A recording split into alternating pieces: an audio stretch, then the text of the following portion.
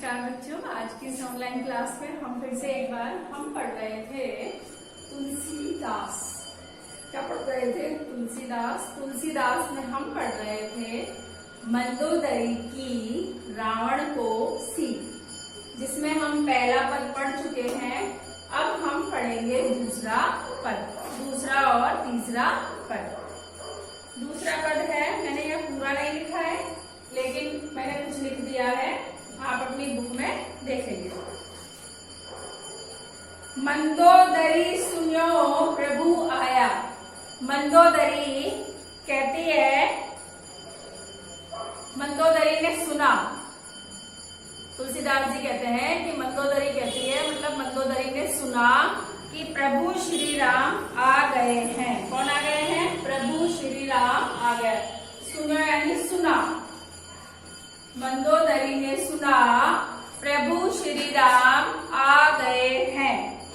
पोते की पाथोई बंधायो, और उन्होंने समुद्र में ही रास्ता बांध लिया है। इतने पोतू की है, मतलब इतना कार्य करने वाले हैं, इतने नटखट है पोतू की, यानी कुछ भी काम कर सकते हैं। तो उन्होंने क्या करा? समुद्र में ही रास्ता बांध लिया है।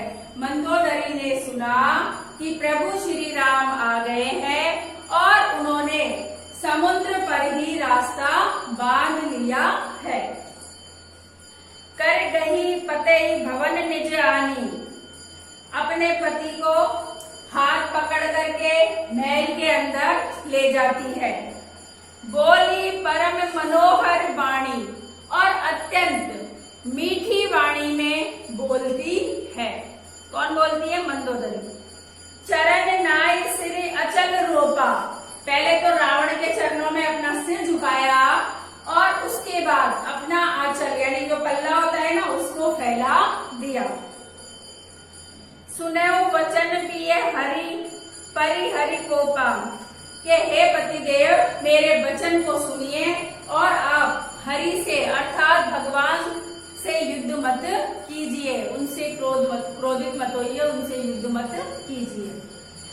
नाथ बैरु कीजे ताहि सो, बुद्धि बल सकल जीती जाई, के हे नाथ, हे मेरे स्वामी, युद्ध उससे किया जाता है जिसे बुद्धि और बल से जीता जा सके। युद्ध उससे किया जाता है जिसे बुद्धि और बल से जीता जा सके। अतिबल मधु केटब जहि मारे, महावीर तति सुध संहारे, के हे स्वामी, आपने और जो भगवान श्री राम है उसमें रात और दिन का अंतर है। देखो इसका सुनो। अतिबल मधु केटप जय मारे, मधु और केटप नाम के जो अति बलशाली राक्षस थे उनको भी उन्होंने मार दिया। महावीर तति सुध संहारे, महावीर तति सुध संहारे, उन्होंने इनके दैत्यों को मारा। और महान ऋषि कश्यप की पत्नी, महान ऋषि कश्यप की जो पत्नी थी दधि, उसके पुत्रों का भी उन्होंने क्या किया? वध कर दिया।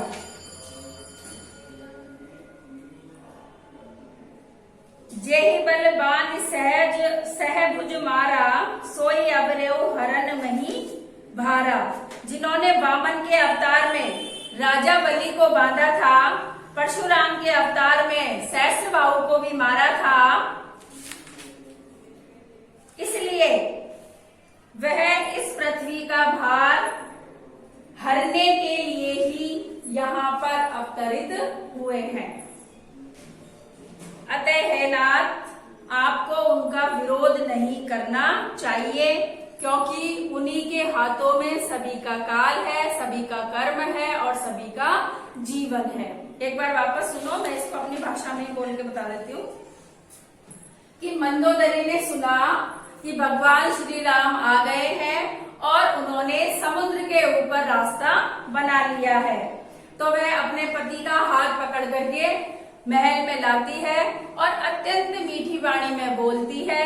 उसके उसके चरणों में सिर झुकाती है और अपना आंचल पसारती है और कहती है कि आप मेरी बात सुनो। शत्रुता, श्री राम से जो शत्रुता का भाव है उसको छोड़ दो, युद्ध को त्याग दो और तुम क्या करो कि हे नाथ, हे मेरे पतिदेव, युद्ध उससे किया जा सकता है जिससे बुद्धि और बल से जीता जा सके, लेकिन आप भगवान श्री राम से नहीं जीत सकते क्योंकि आप में रात और दिन के समान अंतर है। किसके समान? रात और दिन के समान, क्योंकि आप में और श्री राम में जुगनू और सूर्य के समान अंतर है। जुगनू और सूर्य के समान अंतर है। जुगनू सूर्य की भांति पूरे विश्व को कैसे प्रकाशित कर सकता है। ये वही श्री राम है जिन्होंने मधु और केटव नाम के जो महाबली राक्षस थे उनका वध किया और महान ऋषि कश्यप की पत्नी दधि के पुत्रों का वध किया और परशुराम के रूप में सहस्बाहु का वध किया, जिन्होंने वामन के अवतार में राजा बलि को बांध लिया था इस पृथ्वी पर। इसलिए वह इस पृथ्वी का भार हरने के लिए ही अवतारी रूप में अवतरित हुए हैं। अतः हे नाथ, आपका उनका विरोध नहीं करना चाहिए, क्योंकि उन्हीं के हाथों में सभी काल है, सभी का कर्म है और सभी का जीवन है। रामई सौंप जानकी नाई, कमल पद मात, सुत कहु राज समर्पी, बन जाय बजई रघुनाथ। मंदोदरी रावण से कहती है कि हे मेरे स्वामी, हे मेरे प्रभु, हे मेरे पतिदेव, आप भगवान श्री राम को सीता जी को सौंप करके उनके चरण कमलों में माथा नवाइए, अर्थात उनकी शरण में चले जाइए और सुत यानी बेटा, और जो आपका राज है उसको आप अपने बेटे को सौंप करके वन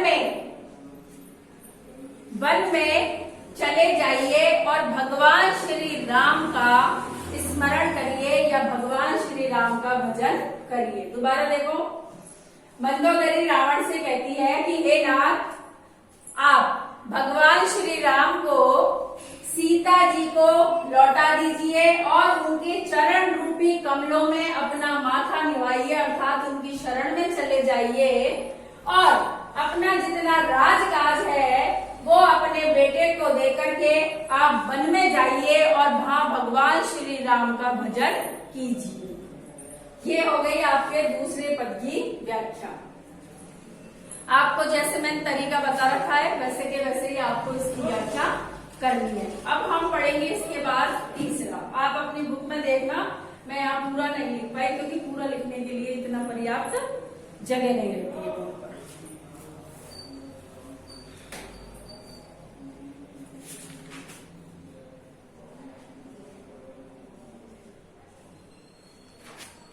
अब पढ़ेंगे हम तीसरा, 1 2 3। नाथ दीन दयाल, नाथ दीन दयाल रघुराई के हे स्वामी। मंदोदरी अपने स्वामी से विनय पूर्वक कहती है कि राम तो हमेशा दीनों पर दया करते हैं, राम तो हमेशा दीनों पर दया करते हैं। बांग्यऊ सन्मुख गए नहीं खाई, जिस प्रकार बांग की शरण में, बाघ यानी शेर जो चीता होता है, उसकी शरण में भी यदि कोई व्यक्ति चला जाता है तो वह उसको भी नहीं खाता है, तो उसी प्रकार आप भगवान की शरण में जाएंगे तो आपका कुछ भी अहित नहीं होगा। चाहे करन सो सब कर दीते, कि आपको जो करना था आप वो सब कर चुके हैं और वह कर चुक करके भी आप बैठ गए। तो मैं सुर असुर चराचर जीते, सब कुछ करके छोड़ दिया। साथ ही आपने देवताओं राक्षसों सहित जड़ व चेतन पर भी विजय प्राप्त कर ली। संत कहे असि नीति दशानन, साधु संतों ने भी कहा कि राजा के चौथे पन जाहि नृप कानन। संतों ने भी कहा कि राजा के बूढ़े हो जाने पे अर्थात चतुर्थ अवस्था, जैसे आश्रम की अवस्था होती है ना, 4, ब्रह्मचार्य, गृहस्थ, वानप्रस्थ और संन्यास, कि संतों ने भी कहा है कि राजा के बूढ़े हो जाने पर उसे अपना राजकाज युवराज को सौंप करके वन में चला जाना चाहिए। सोई रघुवीर प्रणंत अनुरागी, भजऊ नाथ ममता सब त्यागी। आप जन्मदाता संरक्षक और संहारक प्रभु का भजन करें।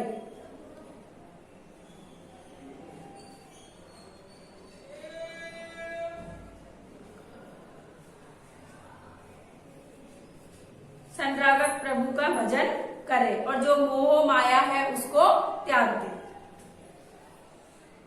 मुनिवर जतन करे जय लागी। ऋषि मुनि हमेशा ये प्रयास करते रहते हैं उनको पाने के लिए। भूप राजतई होई बैरागी, और राजा लोग भी उनकी प्राप्ति के लिए बैरागी बन जाते हैं। किसकी प्राप्ति के लिए? श्री राम की प्राप्ति के लिए, अर्थात ईश्वर की प्राप्ति के लिए। सोई कौशलाधीश रघुराया, वही कौशलाधीश राम तुम पर दया करने के लिए यहाँ आए हुए हैं। वही कौशलाधीश अर्थात माता कौशल्या के पुत्र राम तुम पर दया करने के लिए यहाँ आए हुए हैं। आयऊ करण तो ही पर दाया, आयऊ करण तो ही पर दाया,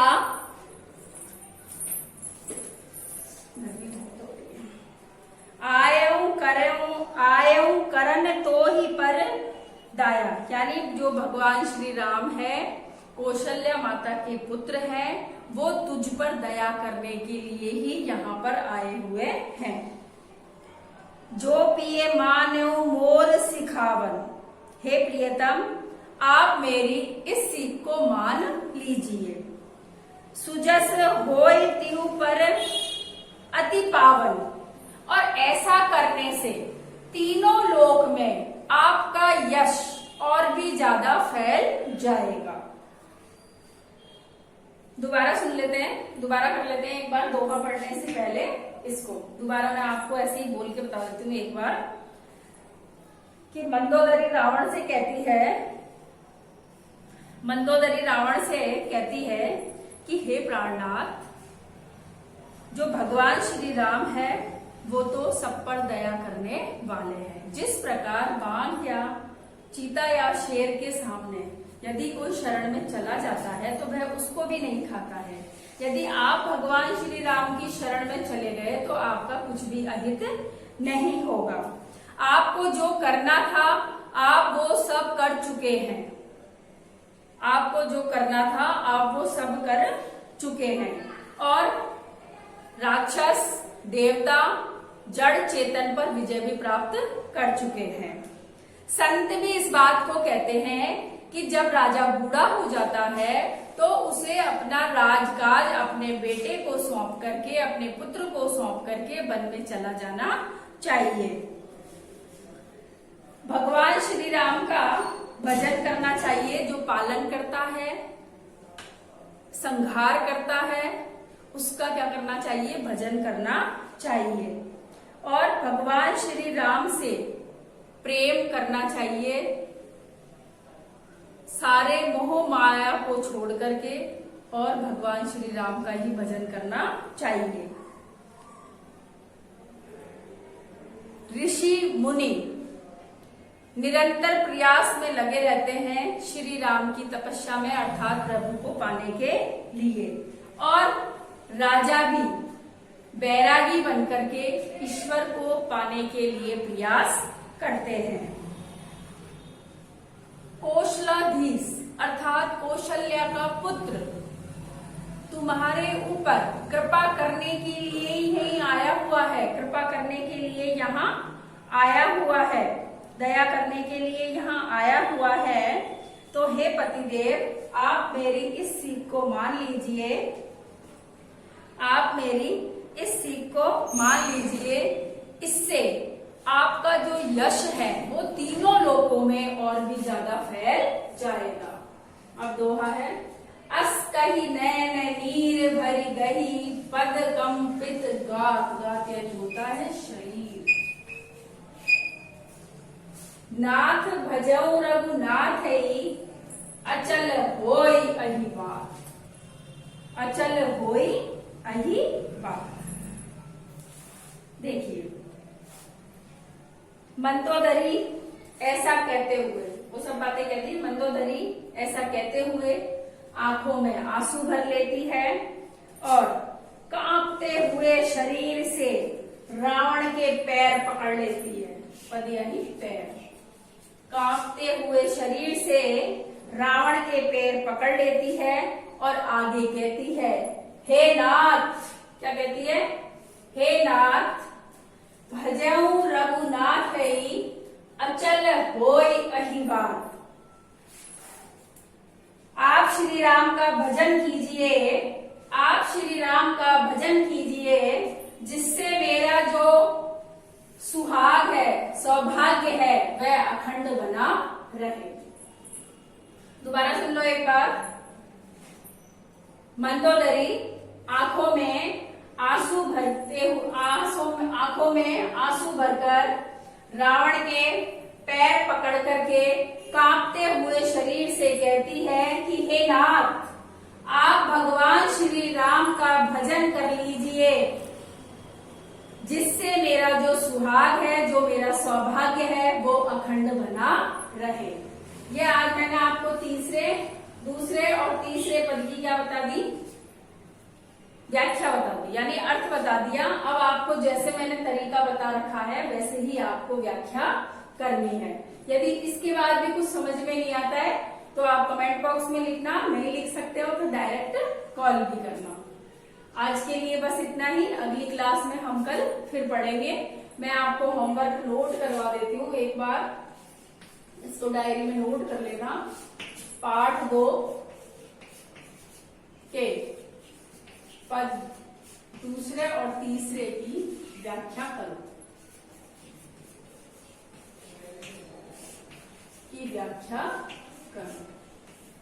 ठीक है? बस आज के लिए इतना ही। अगली क्लास में फिर मिलेंगे।